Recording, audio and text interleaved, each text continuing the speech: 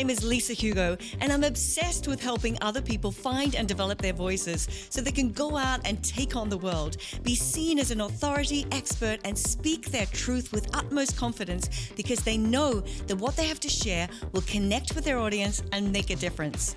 I studied performing arts and spent 20 years of my career traveling the world as a professional singer-songwriter. I teach you the secrets to speak up and be heard, overcome your fears, to build your speaking skills, and learn how you can use your skills to make a change both in your own life and the lives of others. This is your one-stop shop for all things confident speaking.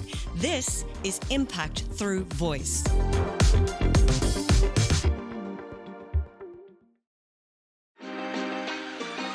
Well, hey there, and welcome back to the Impact Through Voice podcast. I'm your host, Lisa Hugo, and today I want to dive straight in and give you 10 public speaking skills that you can master right now, and you can use them to accelerate your career or your entrepreneurial success. First, does this sound like you? You know that presentations are important for your career, but standing up in front of a crowd, it makes you sweat, it makes your heart race, it makes you feel extremely uncomfortable. Well, don't worry, because I can guarantee you are not alone with these sensations. So today, I want to give you these 10 skills that you can use right now to improve your public speaking skills. I'm going to be covering how to use your voice, your body language, how to structure your speech so you can keep your audience engaged. I'll also talk about how to prepare, what to wear, and solid breathing exercises to keep you calm, along with some other really great tips. So I can guarantee that if you work on these skills, then you're going to be taken more seriously, you're going to become more visible, and this is going to accelerate your career and your success in absolutely no time. All right, so let's dive in. Point number 1. I'm going to talk here about structuring your speech because we have to have somewhere to start, right? And a strong structure is really the foundation for an impactful speech. You don't want to just go out and start rambling and not really know exactly what you're going to talk about and the direction that you're going to take. So structure is incredibly important. And some of the people who I've worked with in my programs, they have said, wow, I never really realized how important this structure is. And I thought people were just naturally gifted and they could just go out and deliver a speech without all that much preparation. But preparation is key. Now, I teach the EIEI formula, and that means we break down your speech into 4 key areas. That's to engage, inform, educate, and then inspire. And this is a formula that you can use for a 5-minute talk, a 15-minute talk, a 50-minute talk, or even for a 1-minute social post or social reel. Now, I talk about this formula in depth in a previous podcast episode. That's episode number 9. So if you want to go and have a listen to that, I'm going to put the link to that episode in the show notes because it's really insightful. And I even give away a free guide to help you to master this formula and put it into practice. The first thing you're going to do is you start with an introduction. This is going to grab the attention of your listeners and also give them a bit of a preview of what's to come. This is what I call the engage component of the EIEI formula. It could be a story, it could be a fun fact, it could be a surprising, startling fact, or it could be a question which gets them thinking. Once you've done that, then you're going to move into the inform section. And this is where you highlight the key benefit of what you're going to share. Why should they listen to you? What's your audience going to take away from listening to your talk? And remember, the attention spans of listeners, of anybody nowadays, is incredibly short. It's 2024, and that means that we are all glued to our devices, we're glued to our screens, and we're also very used to just swiping things away which don't interest us. So that means that you really have only a few seconds to grab the attention of your listeners. And you have to do this in this first section of the engage and inform part of your talk. Otherwise, you will have lost them. The next thing you're going to do is organize your key points into a logical sequence. So as an example, you could outline the history of the topic that you're talking about, and then you could move on to the current situation, the current status, and then you could move on to here's our future plan to reach our goals. And when you do this, you want to really call out the points very clearly and differentiate between each section or each point that you're sharing. So that could look like this. Well, first of all, I want to share some background information. And then you share that information. Let's talk about how things are running right now. So that's that middle section. Then you pause and you share that information, and then you pause again, and then you move on to the wrap up. Now, looking forward, we're planning to do X, Y, Z. Right? So you really want to differentiate between each point. You could even call it step number 1, we're going to do this. Step number 2, we'll do this. And step number 3. And when you call out these points, you're keeping a very clear structure and you're making it easier for the listeners to follow the points that you're sharing and not get lost in a ramble. Now that is the education section of your EIEI formula. It's the second E. The last thing you want to do is to inspire them. Leave them with something memorable. This could be a wrap up of your key points. It could be another very inspiring quote or a story that encapsulates your message, or it could be a question that's going to leave them inspired to go and take an action. So remember, you have to think, what do you want the people to do with the information that you've shared? Now, always remember, you're there to give information so that the audience can then take that and use it. And if you follow this formula, then guaranteed you'll have the audience in the palm of your hand and they'll be ready to take an action. Let's move on to point number 2.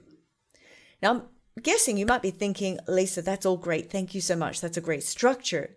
But how do I keep myself calm so I can deliver a strong message? Well, the next topic is breath control. And the breath, the way you use your breath, is the foundation for all good speaking. I can't emphasize that enough. Breathing reduces stress. It improves your muscle function, and that includes your cognitive function.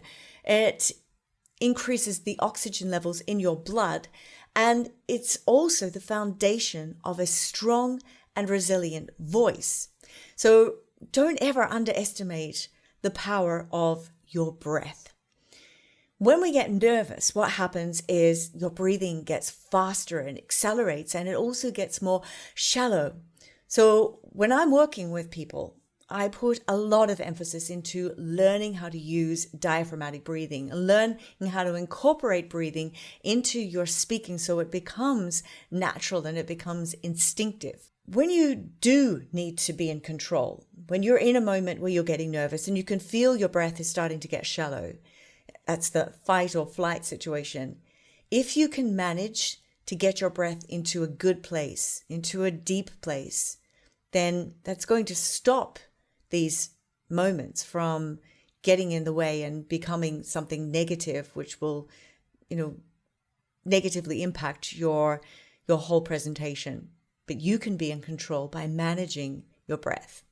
So let me give you some tips on how to diaphragmatic breathe. I want you to sit upright, or stand is even better, shoulders back, and take a deep breath through the nose initially into your belly. And I say into your belly because I really do mean that. I want your belly to expand on the intake and to contract on the exhale. And when you breathe out, really narrow down the space to breathe through as if you're going to blow through a straw. So you breathe in to your belly and breathe out through your mouth, but as if you're shaping it through a straw.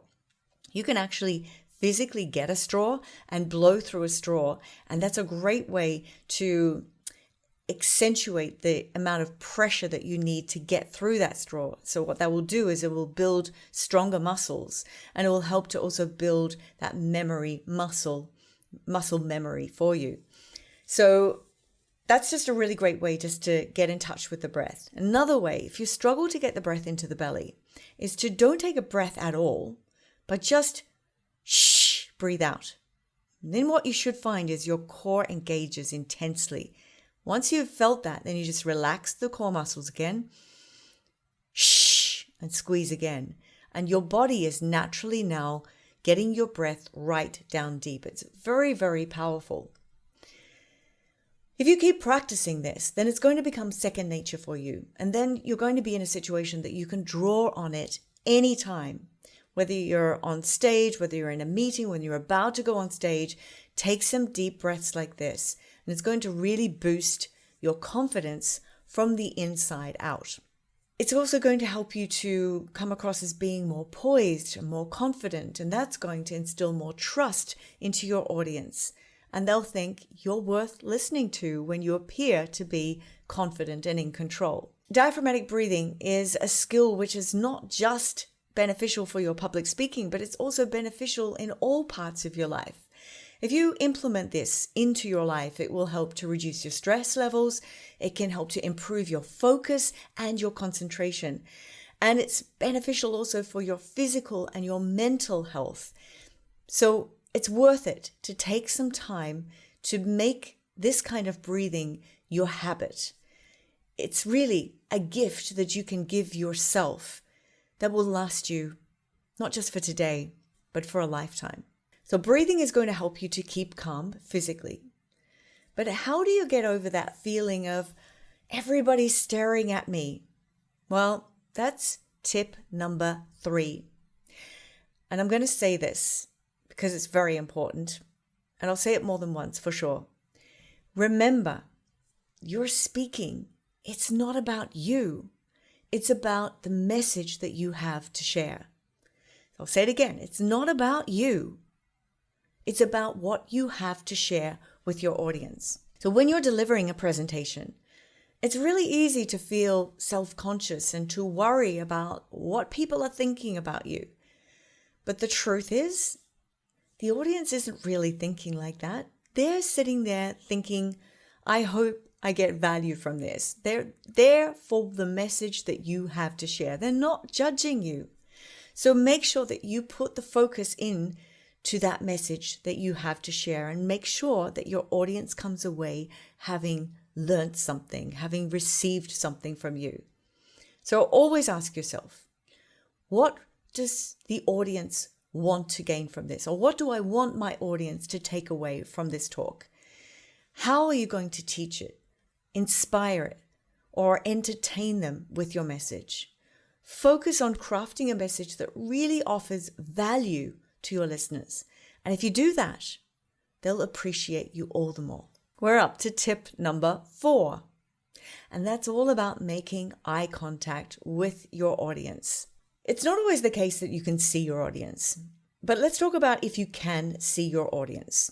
They're out there, the lights are not so dimmed or the lights are high enough that you can see them and you can see their faces. In these instances, I want you to make eye contact with people. And I don't mean stare somebody down. You find one person and you just stare them down for the entire presentation. No, you want to span the room and pick out a few people that you can make eye contact with. Now, they're going to be so far away that, yes, they'll feel like you're talking to them, but so will the people next to them and the people behind them and the people in front of them. And they're also going to feel that. And that's really going to help to make that connection with your listeners and make them feel like they're part of your message, part of your presentation. Now, there's going to be times also when you can't see your audience because you've got bright lights shining on you. And if you're lucky, you might be able to see the first or the second row. If you can see the first or second row, then do the same thing. Then pick out a few people that you can speak to. And what will happen then is the people behind will still feel that same reaction that you're talking to them. If you can't see anybody, then you've got to put on your performing skills and just imagine that you're on a stage and you have a message to deliver and you need to perform it. You need to act it out and know that there is an audience behind those lights and you still connect with them the same way. Point number 5.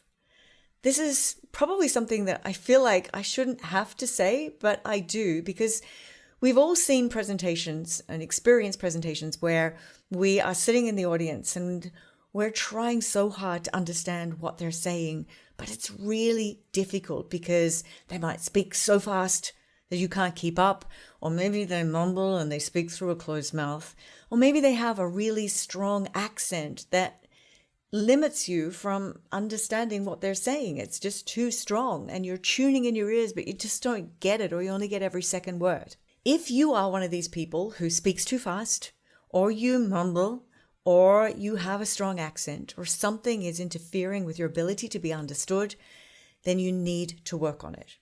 For example, if you're a mumbler, then the problem with mumbling is that you're speaking through a closed mouth and you're also speaking very wide.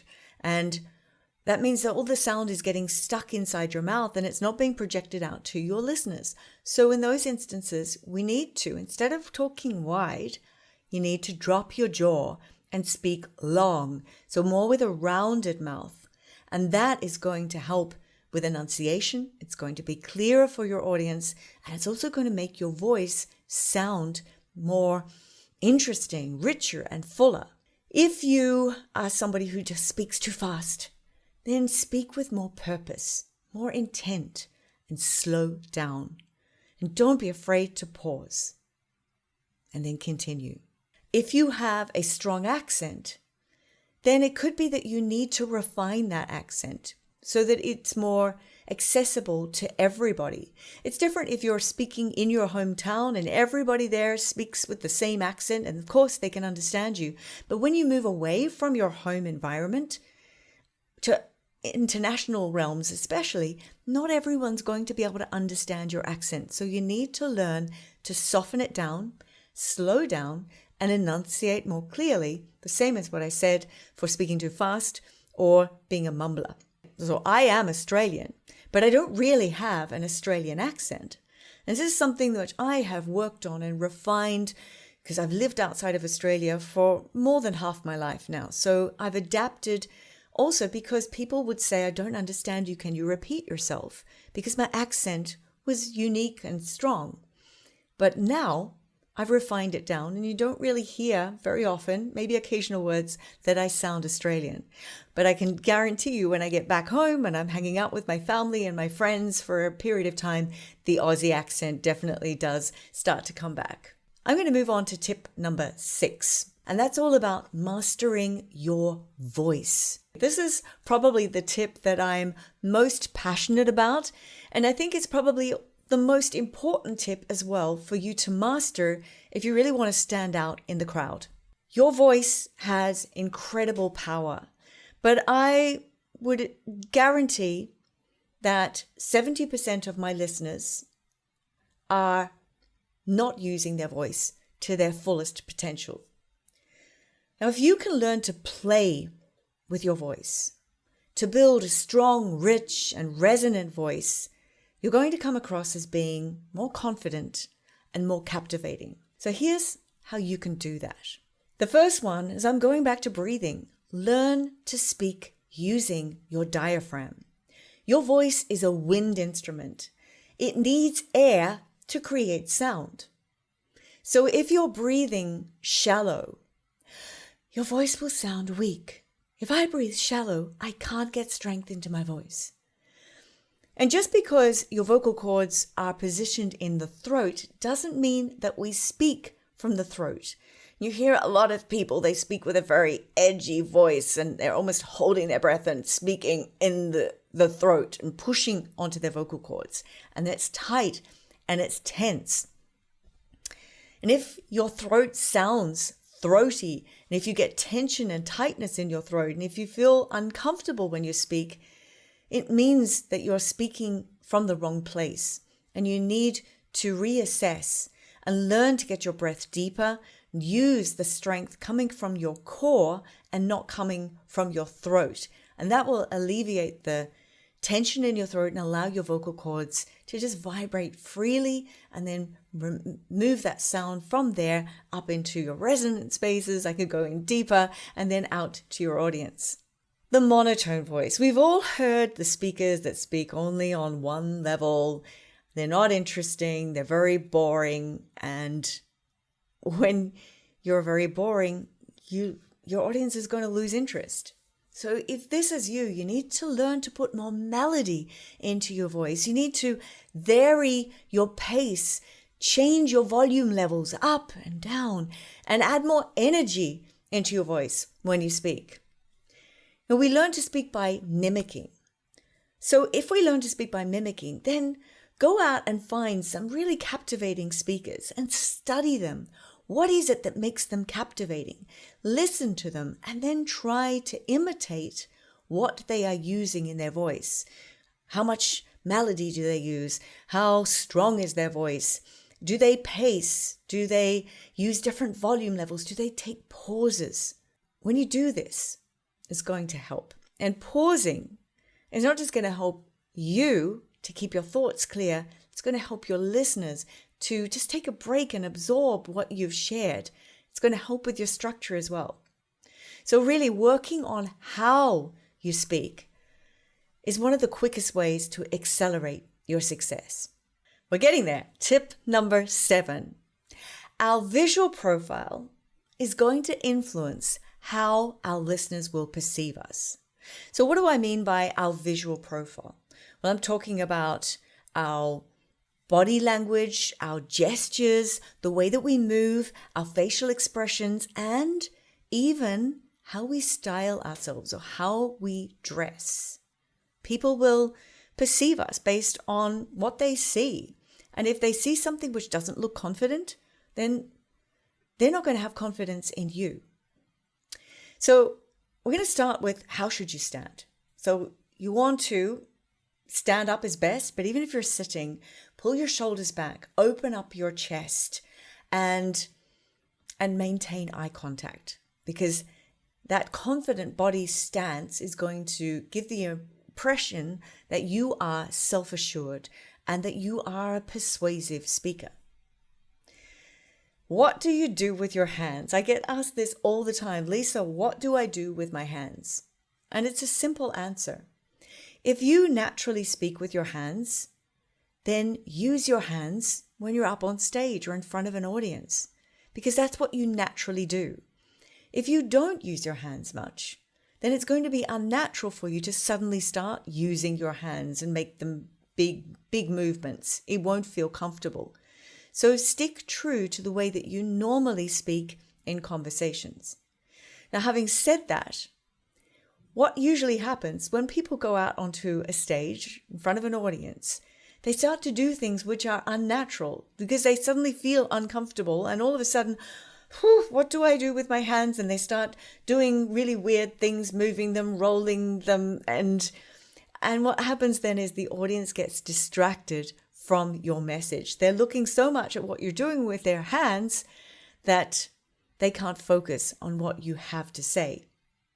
So be mindful of how you use your gestures. Having said keep it conversational, but you do need to be mindful of how you use your hands. Keep it simple and to the point. Don't use too many hand gestures. Use your hands to emphasize a point.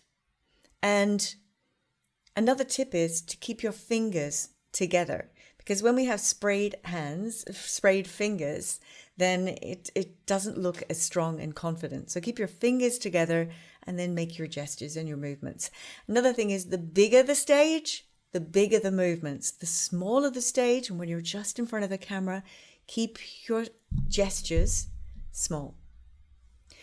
Practice in front of a mirror or in front of a camera. Practice, then review, and then refine. And then practice, and then review, and then refine. And keep that going until you think you've got it. We're always in practice mode. If you have the chance to move on the stage, then move with intention. Now I'm going to talk about the points of stage. And this is relevant whether you're on a big stage, whether you're on a small space, or even whether you're seated in a chair in front of a small audience. There are 4 points of stage. We have center stage, we have stage right, we have stage left, and we have another down stage center where you can lean in and you can go closer to your audience. So how do you use that? Generally, if you're speaking on a stage, you'll be coming out and you'll be center stage. You start from there. You speak for a while from here, speaking to the center of your audience. Then you can move across, move with intention. And when you get to stage right, then you're going to stand with your feet below your hips in a strong body stance. And then you'll speak to your audience. Don't lean on one leg. Don't fidget. Don't pace. Don't wobble from back and forth from one leg to the other. Have a strong stance. Stay there. Speak to your audience on that side. And then when you're ready, you can move right across if you want to stage left and do the same thing there. You can stop in the middle on your way through as well. And then you can come back to stage center. Again, deliver some more of your speech from stage center. And then when you have something intimate that you want to share, you can lean into your audience and you can share that, and it makes a closer connection. You can use exactly this technique even if you're in a boardroom and you're seated on a chair or in a small room. You just don't move with your body, you just move with your eye contact. So you can slightly shift and pivot to work to this side of the room. You can pivot to work to this side of the room, and you can pivot to work to the center. And you can even lean in a little bit, which will give you a closer connection with your audience. Let's move on to tip number 8. What to wear. This is often something which is overlooked or not given enough attention. Now, I'm no fashion stylist, but that's not the point that I want to make here. I want to make sure that when you go out in front of an audience, you feel comfortable in what you're wearing. If you're not comfortable in what you're wearing in your clothes, then you're going to feel uncomfortable in every other aspect of your talk because you're going to feel self-conscious. What you wear is either going to make you shine and feel, I feel amazing in this outfit, or it's going to do the opposite and it's going to make you self-conscious, as I said. This doesn't mean that I want you to go out and just wear your sweatpants on the stage. That's not what I'm talking about. Super comfort. Of course not. You need to dress to the environment that you are speaking in. Make sure you wear comfortable shoes. And this is mostly for you ladies, because we'll have a tendency to want to dress for fashion, but fashion is not always comfortable. And when you're out in front of an audience, if your shoes are not comfortable, if they're too tight, if they're too small, if they're brand new, or if your heel is too high and you just don't feel comfortable, you can't stand there with ease and confidence, then wear something else. It's not always about fashion, but in these cases, especially if you need to walk a stage, you need to be in a shoe which is going to be comfortable. Did you know that there are specific colors or patterns that you should avoid when you're on stage? Well, there are. And there are also equally important colors that you can wear which will enhance your professionalism and your connection with your audience. So let's talk about what not to wear. And that's anything which has got a strong pattern, or a t-shirt which has got a strong imprint or message on the front, which can distract from you and your message. People are trying to read what's on your shirt, or a logo, and they're forgetting about what you have to say. So it distracts. Don't wear anything which is distracting. Now, there are power colors that you can wear. These are known and proven to make better connections with your audience and also present you in a confident light. These colors are black, white, red, pink, blue, and yellow. I might have left one out. I don't think so. I think that's it. So I'll say it again. Black, white, red, pink, blue, and yellow. Now notice that green is not on that list and brown is not on that list. So they're two colors that you really want to avoid because they don't show up very well on stage and under lights. Number 9. There are many more points that I could share with you, but I'm keeping it to 10. So number 9 is the importance of storytelling. Facts tell, but stories sell. If you listen to compelling speakers, the underlying core message will be stories. Great speakers use stories to reinforce their message because stories are relatable. Stories make complex topics easier to understand. Stories connect with an audience on an emotional level. And stories are more entertaining than your regular facts and figures. Now, I'm not going to spend too much time on this topic because I actually did an entire podcast on storytelling, and that's episode 6. If you want to go and have a listen, I also give a free guide for that episode as well, which will help you to craft your stories. I'm going to put the link into the show notes again below. So if you want to go and check out that episode, check the show notes. Remember this, when you're telling your stories, don't just tell the story, live the story. Play it out as it happened. So when you're speaking it, have it like a movie going in your mind. Use imagery to set the scene. Use your voice to play with emotions and depict the characters and the different characters in your story. Use body language to make the scene come alive. So you don't have to stand in one place. You can play different characters by moving your body back and forth. Basically, when you're telling stories, you got to pull out those acting skills. And if you don't have acting skills, it's really beneficial. Go do an acting course. It will help in your presenting. Now, as a great example, I would say watch comedians, because comedians are masters at telling stories that will have you on the edge of your seat waiting for that punchline. And they can also wrap up their stories in a record amount of time while still giving you enough detail that you are really genuinely interested in what's going to happen. Remember to tie your story back into your main message. I'm telling you this because your story has to be relevant. You can't just tell a story and it has nothing to do with the main message that you're sharing. Now, it may not seem like it has something to do with the main message initially, but you need to find a theme that you can tie it back in to the main message that you want to share. When you can do that, your audience is going to be more intrigued. They're going to be wondering, first of all, why is he telling me this story? So they're curious. And then when you tie it back, they'll be like, oh yeah, why is he now connecting, or how is he connecting that story back? So you keep the interest of your listeners. Okay, I'm up to my last point number 10. And that's all about vulnerability. Being able to show your true self when you're out in front of an audience instead of feeling like you have to put on a front. And this is in particular when something goes wrong. Don't feel like you have to cover it up, but own it. Own it. One of the biggest fears that people have is making a mistake, or forgetting what they wanted to say, or looking foolish, in front of an audience. We are all human. And when we act human, the audience will connect with you on a deeper level. They're going to feel like you're a normal person, you're human. So don't be afraid to show vulnerability. Own your mistakes. Everybody makes them. And when something goes wrong during your talk, just address it. Apologize if you need to even apologize, and move on. Your audience is going to appreciate your honesty and your transparency.